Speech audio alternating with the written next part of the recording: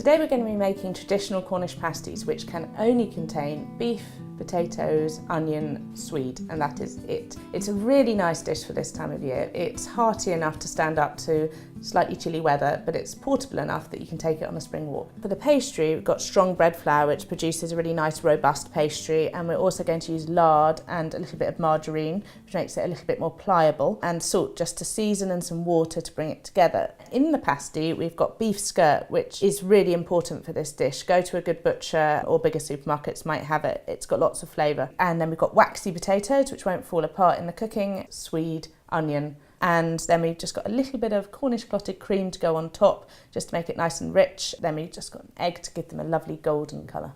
I'm going to make my pastry in a food processor because it's really quick, but you can also do it by hand. Put the flour into the food processor along with the lard and the margarine and the salt to season, and just whiz it until you have a mixture that looks a little bit like breadcrumbs. Then add just enough water to bring it together into a dough, probably about 175 millilitres. So that's probably about right. So now just take that out of there, and we're going to wrap it in cling film, or you could use baking paper, and chill it in the fridge for about 2 hours. Now we're going to prepare the filling. We're going to chop the beef, the potatoes, the onion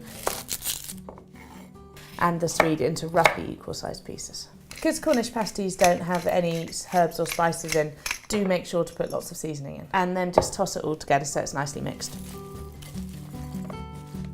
So this is probably a good time to preheat the oven to 200 degrees. Lightly flour the surface. Pastry's nice and cold because it's been resting in the fridge for 2 hours. We're going to roll it out to a thickness of about ½ centimetre.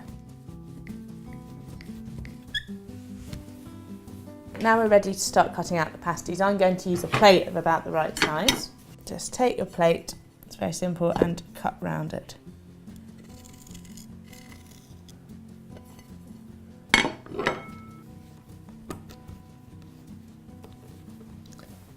There's one pasty, and then just roll out the rest, reflour the work surface if you need to.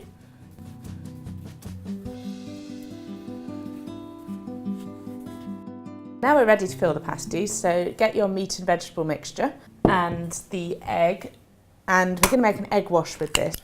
Beat it together, add a little bit of water as well.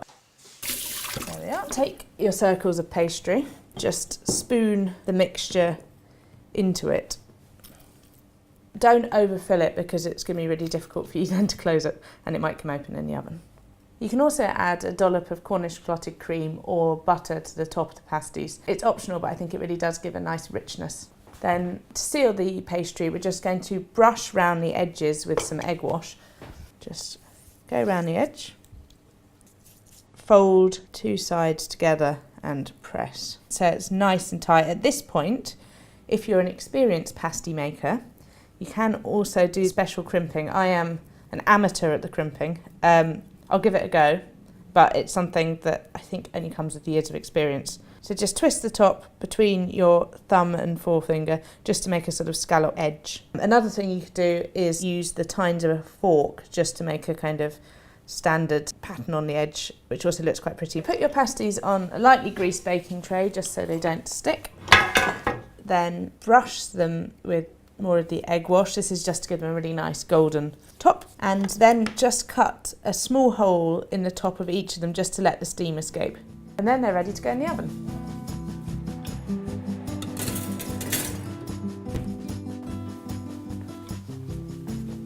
The pasties should be ready to go.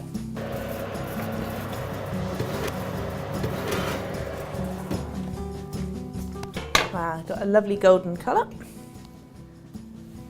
Smell absolutely delicious. Just a moment of truth. A nice firm pastry, as is traditional. There we are, 2 homemade Cornish pasties.